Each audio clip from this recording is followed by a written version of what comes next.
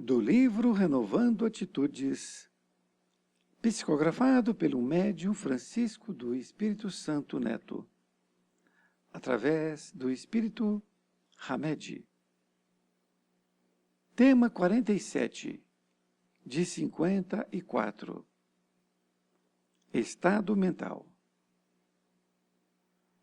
O egoísmo é, pois, o objetivo para o qual todos os verdadeiros crentes devem dirigir suas armas, suas forças e sua coragem. Digo coragem porque é preciso mais coragem para vencer a si mesmo do que para vencer os outros. Capítulo 11, item 11 do Evangelho segundo o Espiritismo. Para que atinja a espiritualidade, já afirmavam as antigas religiões do Oriente, seria preciso que o homem se apartasse do Maya, que são as ilusões da existência, do nascimento e da morte. Para que pudesse conquistar o Nirvana, diziam que seria imperativo extinguir todo o desejo de ser, aniquilando assim o ego, que é a individualidade exaltada e distraída pelas fantasias do mundo. Ao mesmo tempo, encontramos Jesus Cristo instruindo-nos que, para alcançarmos o reino de Deus, é preciso nos despojarmos do egoísmo, o terrível adversário do progresso espiritual. As bem-aventuranças do Mestre nada mais são do que vias para se alcançar a iluminação, ou seja, elevar-se através da mansuetude, humildade e simplicidade, abandonando todo o sentimento de personalismo. A moderna psicologia tem toda a atenção voltada para que as pessoas entrem em contato com a realidade e terminem com suas ilusões, que são as causas da distorção de sua visão e percepção de si mesmas em relação às outras.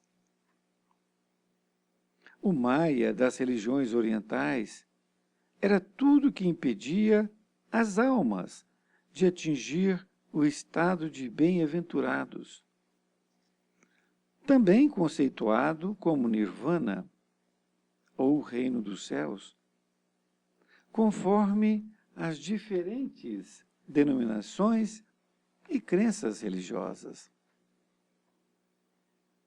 É realmente a ilusão de satisfazermos os próprios interesses em detrimento dos interesses dos outros que caracteriza o estado de egoísmo, um conjunto enorme de ilusões que nos tira do senso de realidade e de uma compreensão mais acurada de tudo e de todos.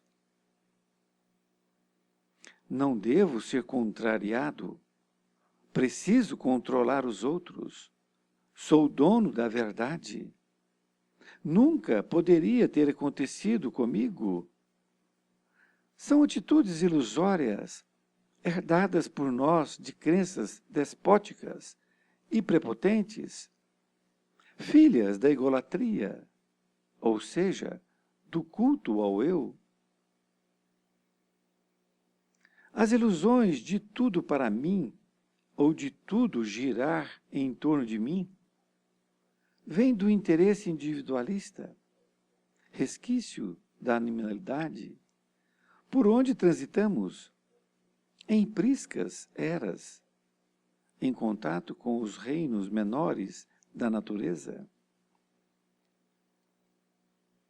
A caça no mundo animal nada mais é do que o uso dos instintos de preservação e conservação.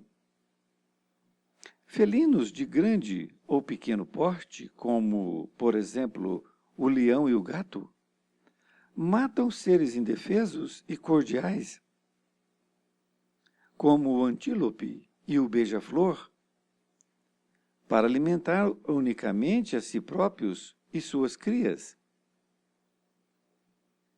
Não devem, porém, ser considerados como egoístas e cruéis, pois somente colocam em prática os mecanismos atávicos de sua criação, frutos da própria natureza. O egoísmo e o orgulho têm a sua fonte num sentimento natural, o instinto de conservação. Todos os instintos têm sua razão de ser e sua utilidade, porque Deus nada pode fazer de inútil. Em quase todas as crianças, é perceptível a necessidade exclusivista de atenção dos pais em torno delas, como centro de tudo. Com a simples presença no lar de um segundo filho do casal, é natural e compreensível o aparecimento do impulso egóico, o medo de perder suas satisfações, cuidados e compensações psíquico-emocionais faz com que a criança, nessas condições, use o instinto de preservação a fim de conservar o carinho, o afago e o amor, antes somente voltados para ela e agora divididos com o novo irmão. O denominado ciúme ou egocentrismo infantil não poderá ser considerado anormal, desde que não tome proporções alarmantes. É uma reação natural diante de situações verdadeiras ou imaginadas, de perda de afeto, podendo existir sutilmente disfarçada ou claramente demonstrada. Nas criaturas que desenvolvem seus primeiros passos no aperfeiçoamento ético-moral, a tendência egoística é um estado instintivo, próprio do seu grau evolutivo, e não um defeito de caráter incompreensível, nem uma imperfeição inexplicável da índole humana. Esse sentimento, encerrado em seus justos limites, é bom em si. É o exagero que o torna mau e pernicioso. Como o feto necessita, por determinado tempo, do cordão umbilical, ou mesmo da placenta para sua manutenção, assim também a humanidade transformará gradativamente esse impulso inato e ancestral, adquirido através dos séculos e séculos, na luta pelas sobrevivências nos estágios primitivos da vida.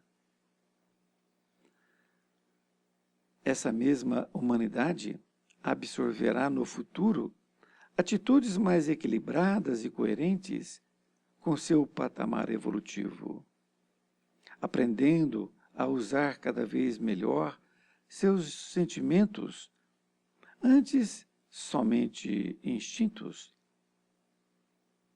Dessa forma, entendemos que o egoísmo, esse agrupamento de ilusões de supremacia, existirá por determinado período de tempo nas criaturas, até que elas consigam se conscientizar de que a atitude de lavar as mãos de Pôncio Pilatos, isto é, consideração excessiva aos seus interesses pessoais, agindo arbitrariamente, trará sempre desilusões e obstrução na percepção do mundo em que vivemos.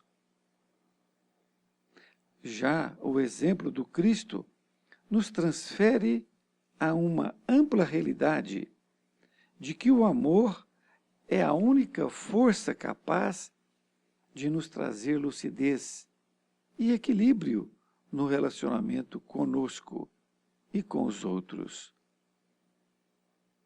Eis o antídoto contra o egoísmo.